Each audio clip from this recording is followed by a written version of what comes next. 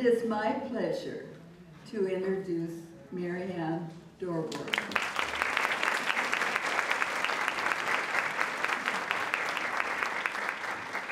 Good afternoon. I am Mary Ann Dorward, and yes, I was given the title of Joy Ambassador, and I think probably starting out I should probably explain that to you, because many people don't really think that cancer and joy go in the same sentence. Would you agree? It started out in a conversation that I had with a minister friend of mine when I called him and said, you know, I've got cancer for the 4th time, Eric. And he said, oh, well, I want to know where it's written that cancer has to be depressing. I said, did you just hear what I said? 4 times of cancer. And he said, yeah, I heard it, but where is it written? I want to know where it's written that cancer has to be depressing. I said, well, it sure feels depressing to me. And he said, well, I challenge you to find the joy in cancer. I said, are you out of your mind? He said, no, I am not out of my mind, and I challenge you to find the joy in cancer. And so that was my task. And it was a daunting one, I will tell you that. And it was also an exciting one because I learned so much about the grace of God and what I now term sideways blessings. Because so often, the thing that looks like the worst possible thing to happen to you turns out to be a sideways blessing you could never have anticipated that drives you in a new direction or gives you a new perspective or makes you stronger. And for me, cancer was definitely it. One of the things that I learned throughout my cancer experience was that the words I chose made all the difference in whether my experience was a tragedy or it became a triumph. It was all in the words that I chose. And so from my point of view, words are really alive. Words are really powerful. And the way you frame any experience becomes the legacy that you leave behind. So we're going to have a little fun with words for a moment. You have some sticky notes on your table. I'm going to talk to the cancer survivors first. If you are a cancer survivor, I want you to write down at the top of this sticky note, what was it that someone said to you when you got stuck? What did they say that shifted your perspective? I'll tell you mine, just as an example. I was diagnosed with breast cancer and cervical cancer at about a 2-week interval. And I was facing all these decisions, and I didn't know what to do. And it was suggested that I talk to this woman.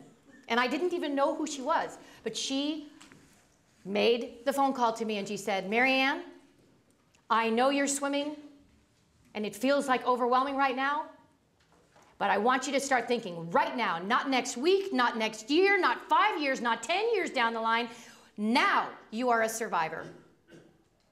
And I said, well, yeah, that's exactly what I did. I was like, I always thought you were not a survivor till you were like out of the woods. She said, no, you are a survivor now.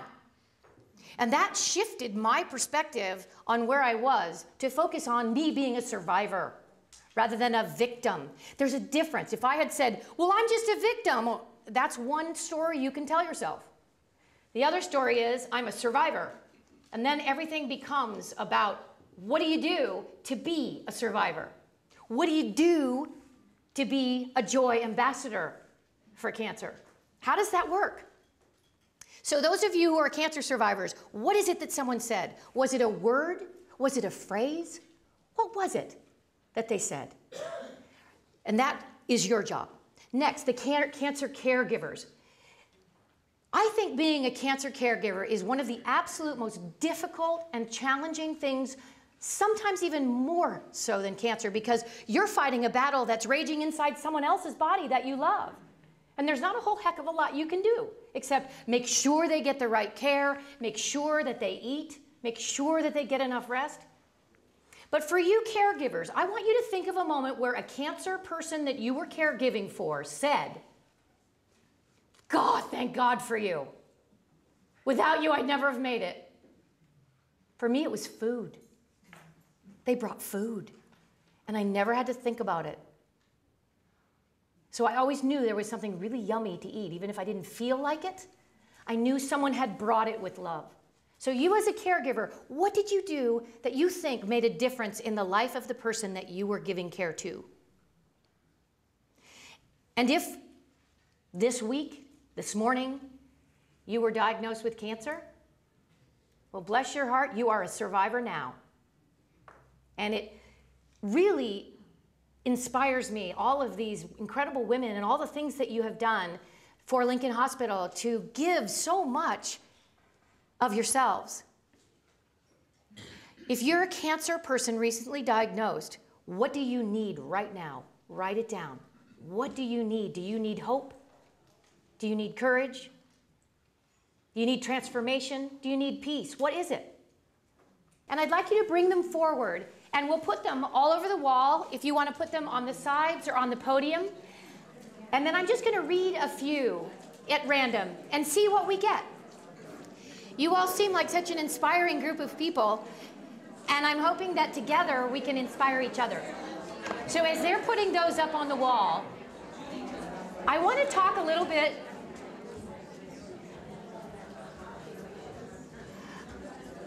about the power of words, and we're going to hear from your words in just a moment. I really think that the human spirit is the 8th great wonder of the world. Because if the human spirit has one whiff of hope, it can get through the most trying of circumstances, the most devastating of grief, and the most impossible of odds. And let's find out right now what you've said, and I'm going to read it. Help from our daughter and son. Showed love and support. Emotional, spiritual, and physical care.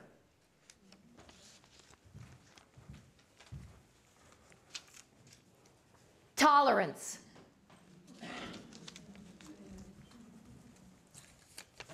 You can beat it with an exclamation mark. I stayed in touch with my friend, and she said, not everyone died. She also said, not everyone did. I think they both work.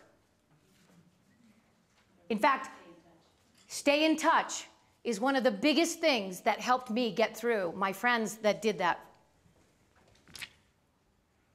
Being treated with huge amounts of love and compassion. And there's a heart on this one. So I'll just pick one more. And then I'll put them back up. And at the end, if you'd like to walk by and see what everybody else said, it would be great. So let's see.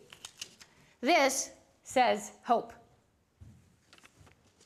So each experience, from devastating to glorious in all of our lives, is such an opportunity for growth, for learning, for evolution, let's say. I would not be the same person today without these experiences of cancer. There's just no way around that. And I am grateful because I am a different person now. And to learn to love yourself, I think, is one of the most glorious things. To give yourself permission to love who you are, because there's no other you on the planet. So, in closing, I guess we're all a real collection of stories, aren't we? If you look back on your life, you could probably keep us all busy, and you could take my place up here at the podium, and we'd be here for another year, but if everybody started telling. But we are a collection of stories. And the way you tell your story is the thing that people will remember about you. How you handled your circumstance, how you framed it. That's what they'll remember.